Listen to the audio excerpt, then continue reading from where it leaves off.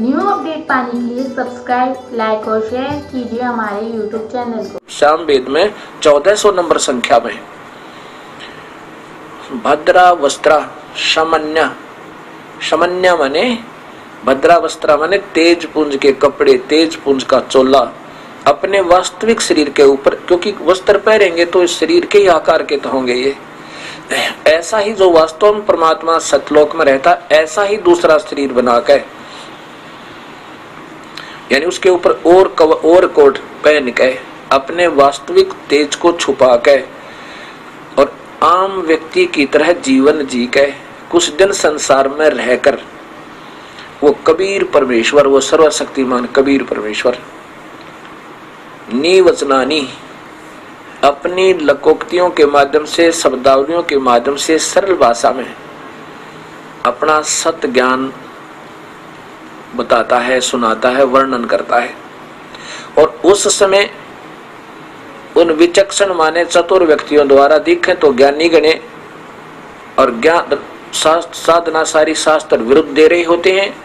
उन विचक्षणों यानी चतुर प्राणियों के द्वारा अमृत के स्थान पर पूर्ण परमात्मा एक पूर्ण ब्रह्म की भक्ति ना बता के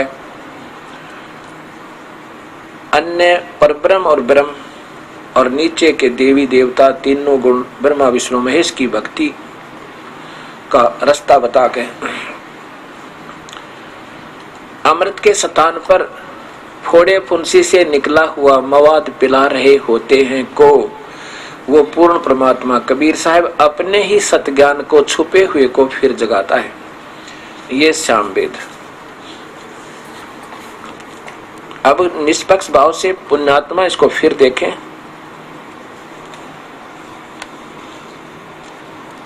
ये देखिएगा, सामवेद वही सर्व देशिक प्रतिनिधि सभा का प्रकाशन, और ये कहाँ से प्रकाशित है ये देखिएगा। सामवेद भाषाभ्यास है, स्वर्गीय पंडित तुलसी राम स्वामी कृत और प्रकाशक हैं सार्वदेशिक आर्य प्रतिनिधि सभा 3/5 महर्षि दानंद भवन, आसफ अली रोड, नई दिल्ली, इतना दूरभाष। इसमें 1400 नंबर संख्या। सामवेद में एक विशेषता है कि इसमें संख्या नंबर सीधा लिखा है, कोई विचलित हो ही नहीं सकता। ये देखो, ये 1400 नंबर है। भद्रा वस्त्रा, ये कबीर महान कबीर निवचनानी संसन। ये देखो, भद्रा वस्त्रा तेज पुंज का चोला धारण करके उस थोड़े तेज वाला मनुष्य जैसा सामान्य उसी के समान दूसरा रूप बना के वश माने रह के, आने माने जीवन जी का, आम व्यक्ति की तरह जीवन दिखा के रहता है। महान कबीर वो सर्वशक्तिमान कबीर परमेश्वर निवचनानी संसन, निवचनानी अपने लकोक्तियों शब्दावलियों के माध्यम से सत्य ज्ञान संसन यानी वर्णन करता है। आवत्स पूयमान चमवो पूयमान है विचक्षणो, होय होय। विचक्षण माने चतुर प्राणियों ने अपने सारे शास्त्र विरुद्ध वचनों के द्वारा पूयमाने का अर्थ होता है फोड़े फुंसी से निकला हुआ मवाद, अमृत के स्थान पर वो मवाद चमवो माने यानी श्रद्धा के साथ आचमन करा रहे होते हैं। इसको उनको खत्म करके जागृव देव वितो उस पूर्ण परमात्मा के, देव माने परमेश्वर के, वितो माने छुपे हुए वास्तविक धन को यानी ज्ञान को फिर जागृत करता है। विचक्षण माने चतुर प्राणियों से, पूय माने बड्डे पू की यात्रा मात्रा है, बड्डा पूय का अर्थ होता है फोड़े फुंसी से निकला हुआ मवाद को वो चतुर प्राणी गलत साधना, शास्त्र विरुद्ध साधना बता के उनको अपने सारे भाषणों में, सारे प्रवचनों के द्वारा ये अमृत के स्थान पर नरक पिला रहे होते हैं। उस समय वो अपने वास्तविक ज्ञान को जगाता है। इसका सीधा सार्थ ये बनता है। और इन्होंने क्या किया है कि भद्रा माने भले, समन्या माने संग्राम योग्य, कमाल कर दिया। सम अन्य, समन्य, सम माने उसी के का और अन्य माने दूसरा, उसी जैसा दूसरा। वस्त्र माने तेज पुंज का शरीर चोला बना के, ये बहुमूल्य लगते हैं तेजों को, ये तेज तो मानते हैं। वस्त्र माने वस्त्र तुल्य तेजों को, ये तेज पुंज के सीधे ही बना है, तेज पुंज का शरीर बनाकर।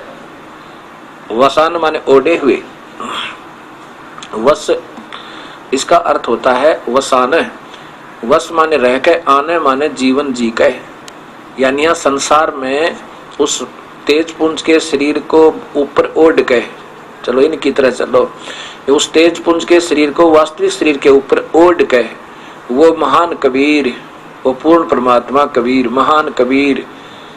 अब यहाँ थोड़ी सी यहाँ बात बिगड़ती चली गई।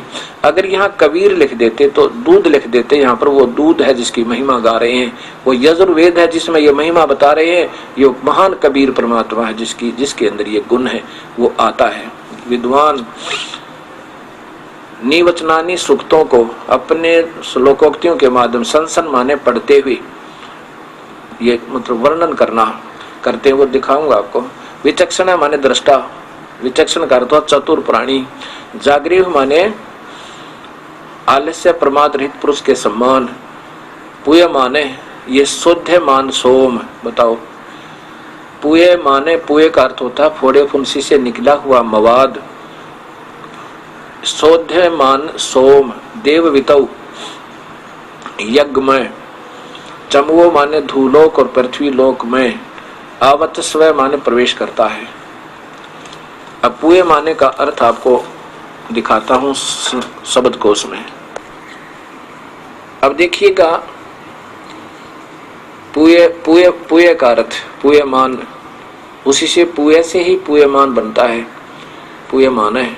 संस्कृत हिंदी कोश वामन शिवराम आपटे, इनके द्वारा ये प्रश्न ये लिखना पुयमान है। पुयम बड्डे ऊ की मात्रा है। पुय, पुय या पुयम, पी फोड़े या घाव से निकलने वाला मवाद, पी पाना मवाद निकलना। और इसी प्रकार ये दूसरी शब्दकोश देखिए।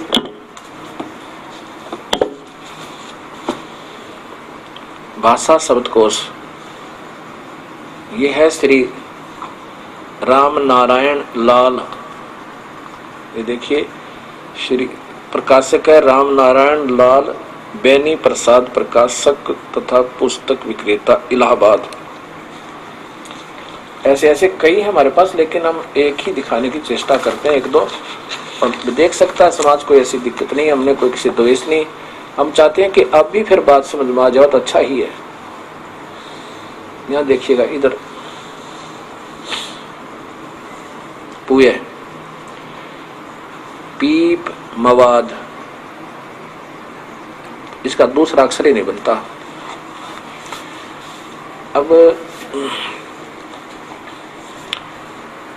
वास्तविकता क्या है? कबीर साहब कहते हैं साच कहूं तो जगमार ही,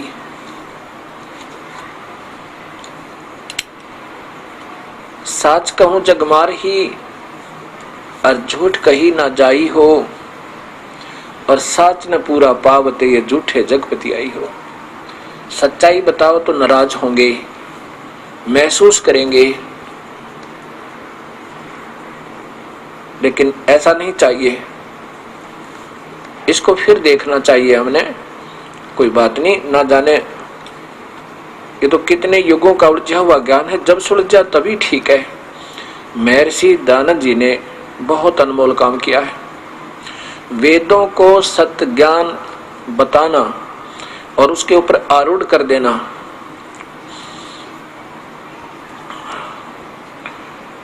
ये भी एक महान कार्य था उनका।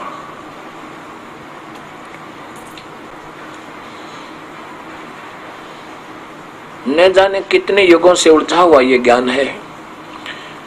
अब सभी विद्वान भक्तात्मा हो गई हैं। कोई एमए किया हुआ संस्कृत से, किसी ने बीए किया हुआ है, कोई पीएचडी किए हुए हैं। अब जो दास बता रहा है इसके आधार पर इस कबीर साहब की द्वारा बताई गई सृष्टि रचना पर वेदों को फिर तलाश करो। मैं प्रभु का भूखा हूं, प्रभुता का नहीं, मैं तो दास हूं आपका। इस ज्ञान को समझाने में हो सकता है कोई ऐसा भी शब्द दास से उक्त हो या गो कहा गया हो कि जो आपको अभद्र लगा हो, उसके लिए क्षमा चाहूंगा। अब डॉक्टर का कोई शौक नहीं हुआ करता कि मवाद में हाथ देवे, उसका फर्ज होता है। अब कोई निंदा समझे तो उनकी अपनी मौज है, लेकिन निंदा नहीं है।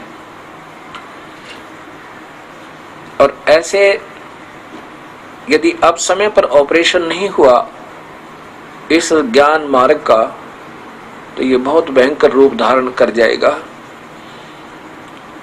अभी कितना सतर गिर गया है कि इंसान को इंसान प्यार नहीं देता, बहन भाई के अंदर कितना लालच बढ़ गया।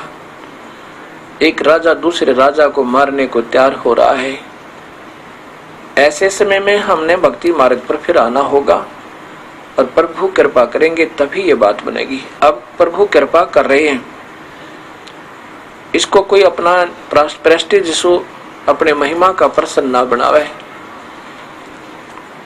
इनको फिर देखे। मेरा यही प्रार्थना आप सभी से कि एक बार इन शास्त्रों को फिर देखो, और दास से कोई गलती होगी हो तो फिर क्षमा याचना करता हूं, बार बार करता रहूंगा। और देखकर इसको फिर समाज को बताओ। अगर मैंने कोई गलत कह दिया हो तो फिर आप कहो, और मैं सारे समाज के सामने हाथ जोड़कर क्षमा मांगूंगा। अभी तो कुछ नहीं बिगड़ा है। ये तो आने वाले समय में अगर मैं गलत मार्गदर्शन कर जाऊं तो मैं पापी बनूं, दुष्ट आत्मा हो जाऊं। ऐसे अनमोल जीवन बर्बाद करने का इस मानुष जीवन को मैं ये दोष अपने सिर पर नहीं लेना चाहता। इसलिए बार बार आपके शास्त्र दिखा रहा हूं, क्योंकि ये आप घी है। ये समाज, भक्त समाज एक घी है। इसको इन वचनों के द्वारा गर्म किया जा रहा है, और ये गर्म होगा तो इसमें संशय जो आए हैं वो उत्पन्न होंगे और फिर उनका निवारण होगा और ये शुद्ध हो जाएगा। मेरा सिर्फ ये उद्देश्य है। ना तो मैं प्रभुता का भूखा, ना मुझे शिष्यों की फौज चाहिए। अगर इस दास से उपदेश लेना है, सारे ज्ञान को समझ कर हर्ष आ जाइए, हमारे बच्चों के तुल्य हो गए। बीड़ी शराब मांस तंबाकू कभी पीना नहीं, पिलाना, आन उपासना नहीं करनी। जो दास बताओ ऐसे ही करना। 5 यज्ञ करनी होंगी, 3 सतिथि में नाम मिलेगा। नाम तीनों बार आपने आश्रम में आके ही लेना होगा। हम जैसे परमात्मा अपने पेट भरने के लिए ना जाने देश और विदेश में कहाँ कहाँ चले जाते हैं। एक राशन कार्ड पर राशन लेने के लिए जब खड़े होते हैं 3-3 घंटे लाइन लग जाती है, और ना जाने कहाँ के कहाँ जाना पड़ जाता है। प्रभु के लिए यदि हम इतना भी समय नहीं लाएंगे रखेंगे तो फिर प्रभु प्रसन्न नहीं होगा। ये मनुष्य जीवन बार बार नहीं मिलता।